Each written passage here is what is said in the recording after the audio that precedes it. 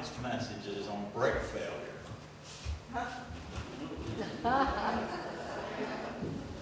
Don't that sound like a good one?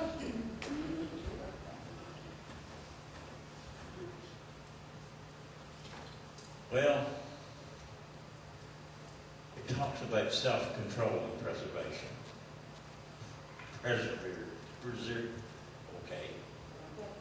Persevering.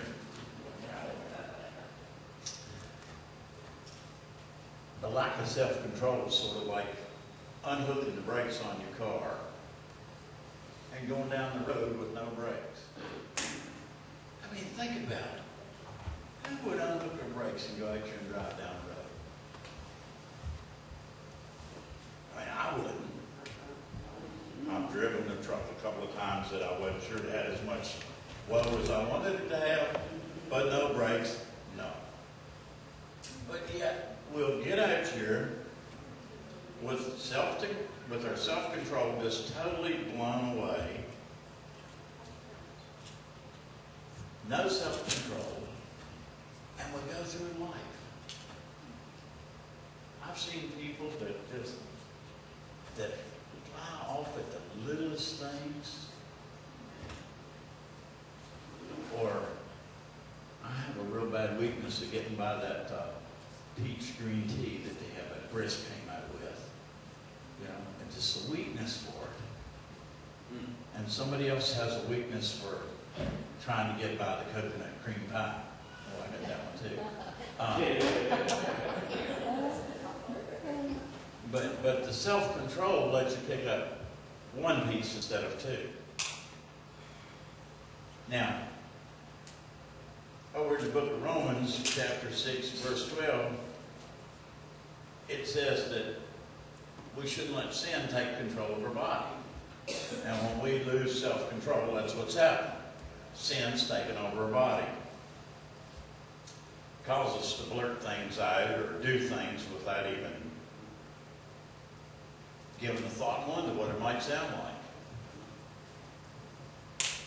I mean, how many times, and I know every one of us has done it, we said something that we didn't think how it was going to sound before it came out. And once we throw it out there, it's gone. It's out there. Because we didn't have the self-control. We had brake failure. We didn't stop it before it got said or before it got done.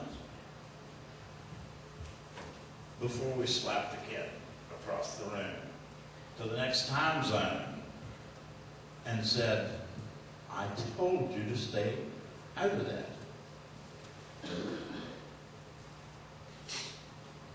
That's where we get brake failure.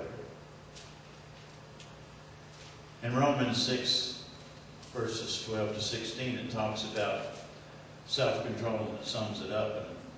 And it really talks about how that we allow our bodies to do the things that they do. How that we allow ourselves not to push back from the table when we should, or how we stall ourselves when there's something on the TV channel that we should flip to. You know, we don't have the self-control to just go real quick. Where'd the button go? We do that. That's self-control. And then the other thing that self-control keeps us to doing is how many projects do we get started on that we don't get finished? You know? We get a project and we start it. We drag it on. I'll get back to it tomorrow. A lot of these projects, I know I got a couple projects at home that's going to be antiques by the time I get them finished. But they'll be worth a lot more. But we just don't persevere. We don't keep after it. We don't get it done. Here's a story that I found that, to me, really sums the whole deal of self-control and keeping after it. I got this from a little K-Love radio devotional. It says that on June the 1st, 1965, a 13-foot boat slipped quietly out of Falmouth, Massachusetts. Its destination, Falmouth, England. It would be the smallest craft ever to make the voyage. Its name, Tinkerbell. Its pilot, Robert Manning, a copy editor for the Cleveland Plain Dealer newspaper, who felt that 10 years at a desk was enough boredom for anyone. Now, he was afraid, not of the ocean, but of all the people who would try to talk him out of the trip. The trip? Oh, he spent harrowing nights of sleeplessness trying to cross the shipping lanes without getting run over. You know how big the ships are in a 13-foot boat? The ship wouldn't even know he hit him. Weeks at sea caused his food to become tasteless. Loneliness led to hallucinations.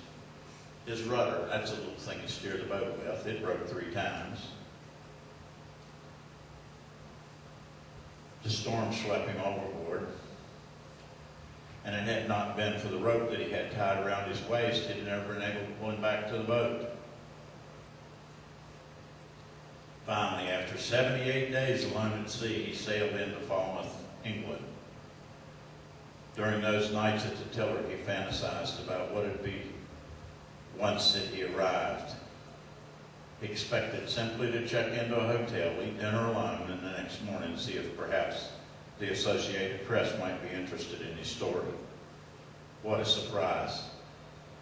Word is spread far and wide, and to his amazement, 300 vessels with horns blasting and 47,000 people stood screaming and cheering him into port. That's self-control. That's preservation. That's persevering. That's to keep going. So a young girl trying to sail around the ocean all the way around the world, set a record being the youngest person to sail around the world, and she got in trouble. She didn't get in trouble herself, but the boat fell apart. Now, how many have been out on the ocean? Well, I'll tell you what's a fact. If you've never seen the North Atlantic in its fury, I can't but imagine what the Indian Ocean in the wintertime must have been like for her.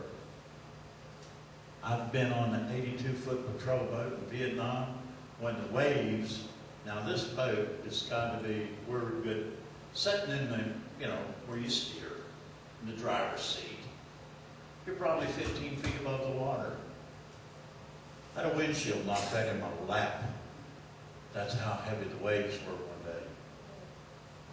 So imagine this little 13-foot boat, the self-control he had. How many times that he wanted to holler for help and quit?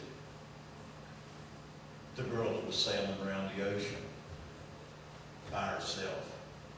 Her mast was broke. She had no choice but to push the little button that says, "Come get me." But she went after it. She used self-control to do something that seemed impossible. Right now, the big thing that we have that's impossible is to try to live a sin-free life. It's like, oh, well, I'm on a diet. Oh, that's good-looking chocolate. Well, what is one right there? So, and then we have this really great idea of how to get around the diet. We'll eat less, so we'll just eat the dessert and skip the main course. But it's our self-control that we need to work on. The Bible, God's holy word, puts a pretty high rating on self-control and perseverance. Let me read to you from James, the first chapter, the 12th verse says, "Blessed is a man who perseveres under trial, because when he stood the test, he'll receive the crown of life that God's promised to those who love him."